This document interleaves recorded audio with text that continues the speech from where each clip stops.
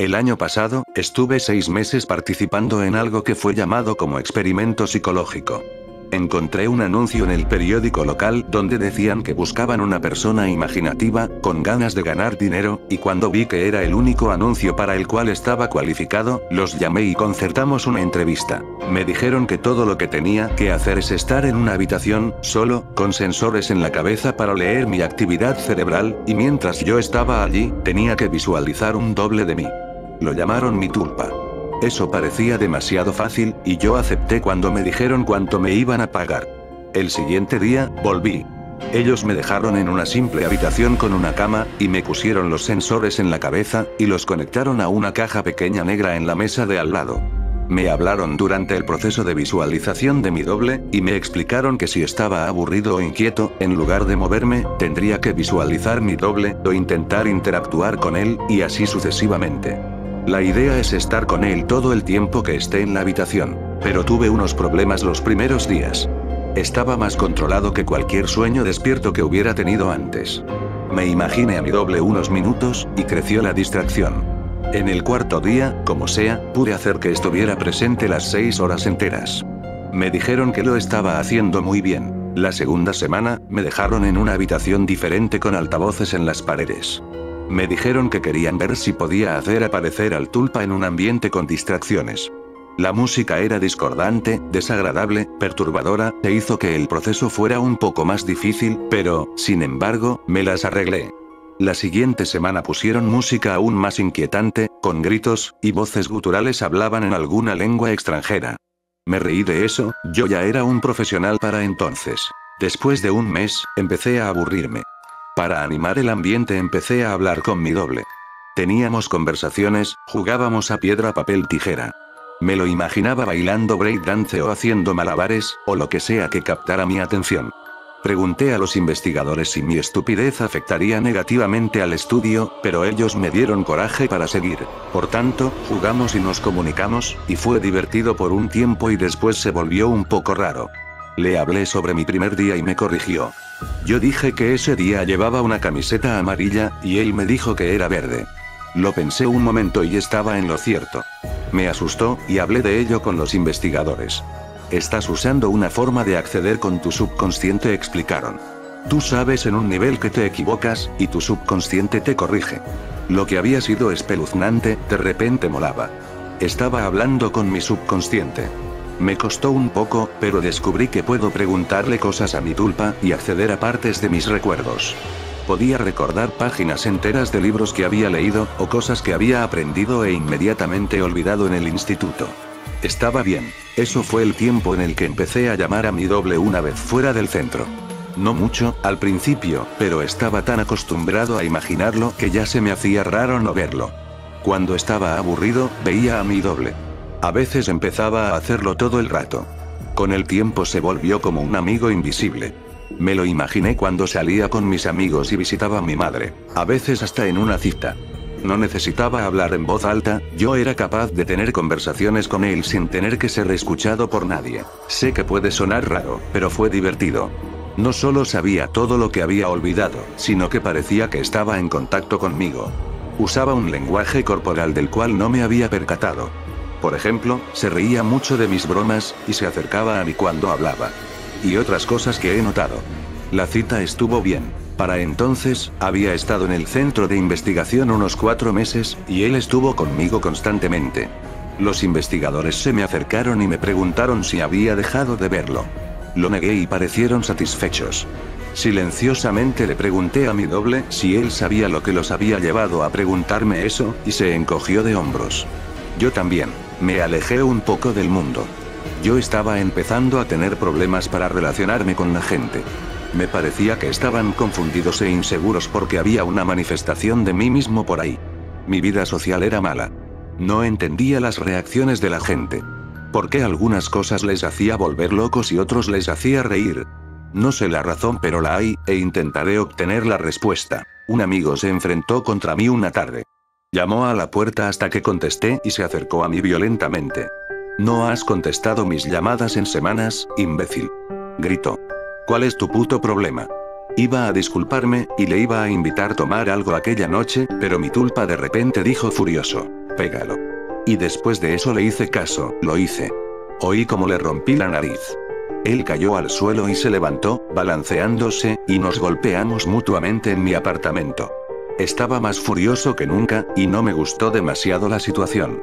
Lo tiré al suelo y le di 2 patadas salvajemente en las costillas, y ahí fue cuando él cayó aturdido, encorvado y sollozando. La policía llegó varios minutos después, y yo les conté que fue mi amigo el que me había inducido a pegarle, y no me culparon. Me dejaron ir bajo una advertencia. Mi tulpa sonreía todo el rato. Pasamos la noche hablando de mi victoria y de lo mal que me sentía al haber pegado a mi amigo. No fue hasta la mañana siguiente, cuando estaba mirando mi moratón del ojo y mi labio partido, que recordé lo que pasó anoche. Mi doble fue el único que sintió furia, no yo. Me sentí culpable y un poco avergonzado, pero fue mi doble, que me incitó a pelearme con él. El tulpa estaba presente, por supuesto, y sabía mis pensamientos. No lo necesitas más. No necesitas a nadie más, me dijo. Se me puso la piel de gallina. Se lo expliqué todo a los investigadores, pero ellos solo se rieron. No puedes asustarte de algo que te estás imaginando, me dijo uno. Mi doble estaba a mi lado, asintió con la cabeza y después me sonrió. Intenté creer sus palabras, pero los siguientes días, me sentía más angustiado cuando estaba con mi tulpa, y parecía que él estaba cambiando. Era más alto y tenía un aspecto amenazador. Sus ojos brillaron con picardía, y vi malicia en su constante sonrisa. No vale la pena perder mi mente por un trabajo. Así que decidí tomar el control de la situación. Estaba tan acostumbrado que verlo ya era un proceso automático, así que intenté no hacerlo. Me costó unos días, pero empecé a trabajar en ello. Lo veía algunas veces, y cada vez tenía una apariencia peor. Su piel tomó color ceniza, y sus dientes eran puntiagudos. Él me amenazó. La música horrible que había escuchado durante meses parecía que lo acompañaba a todas partes. Incluso cuando estaba en casa, y me concentraba para no verlo. Seguí visitando el centro de investigación, pasando mis siguientes 6 horas allí. Necesitaba el dinero, y pensé que ellos no se darían cuenta de que no estaba visualizando a mi tulpa. Estaba equivocado. Después de mi cambio, un día, después de 5 meses y medio allí, 2 hombres me cogieron y alguien con bata de laboratorio me pinchó con una aguja hipodérmica. Me desperté después del sueño de nuevo en la habitación, atado en la cama, con la música a todo volumen, con mi doble de pie a mi lado. Difícilmente se parecía a un humano ya. Sus rasgos estaban torcidos. Sus ojos estaban hundidos en sus cuencas, parecidos a los de un cadáver. Era mucho más alto que yo. Sus manos estaban torcidas y sus uñas eran como garras. Era jodidamente terrorífico. Intenté no visualizarlo, pero no me podía concentrar. Él se rió y me golpeó en el brazo. Intenté soltarme de las ataduras, pero difícilmente podía moverme. Estás pringado de mierda de la buena, creo. ¿Cómo te sientes? ¿Desconcertado? Dijo cada vez más cerca de mí. Yo estaba amordazado. Su aliento apestaba a carne podrida. Intenté que se fuera, pero no desaparecía. Los otros días fueron terribles.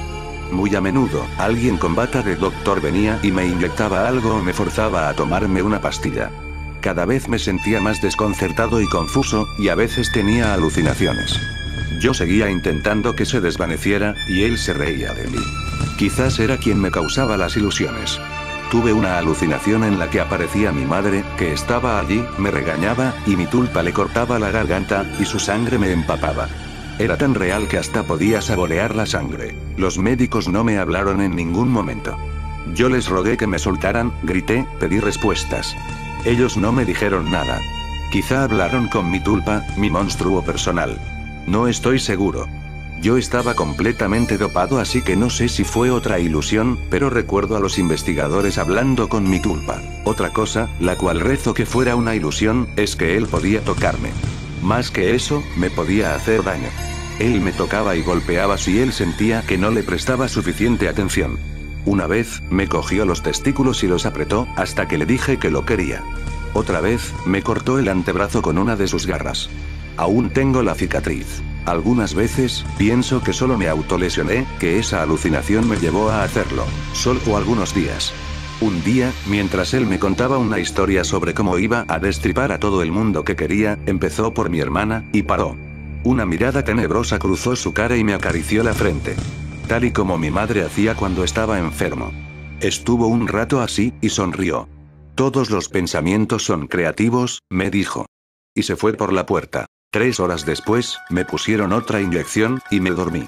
Me desperté sin ataduras, libre. Balanceándome, caminé hacia la puerta, y la abrí, pasé por el pasillo vacío y después corrí. Me perdí, pero bajé por unas escaleras y salí por la parte trasera del edificio. Allí me derrumbé, llorando como un niño. Era libre de moverme, pero, en ese momento, no podía hacerlo. Fui a casa en algún momento, no recuerdo nada. Cerré la puerta y me empotré contra un armario, tomé una larga ducha, y dormí 1 día y medio. Nadie vino a por mí por la noche, y nadie vino el día después de esto. Pasé una semana en la habitación, se me hizo largo como un siglo. Me había aislado tanto de mi vida que nadie se dio cuenta de que no estaba. La policía no encontró nada. El centro de investigación estaba vacío cuando buscaron. Los documentos de referencia desaparecieron. Los nombres que me dieron eran alisas. Y el dinero que me dieron era imposible de encontrar. Me he recuperado todo lo que he podido. No salí mucho de casa, porque tenía ataques de pánico cuando lo hacía. Lloré muchísimo. No dormí mucho, y mis pesadillas eran terribles.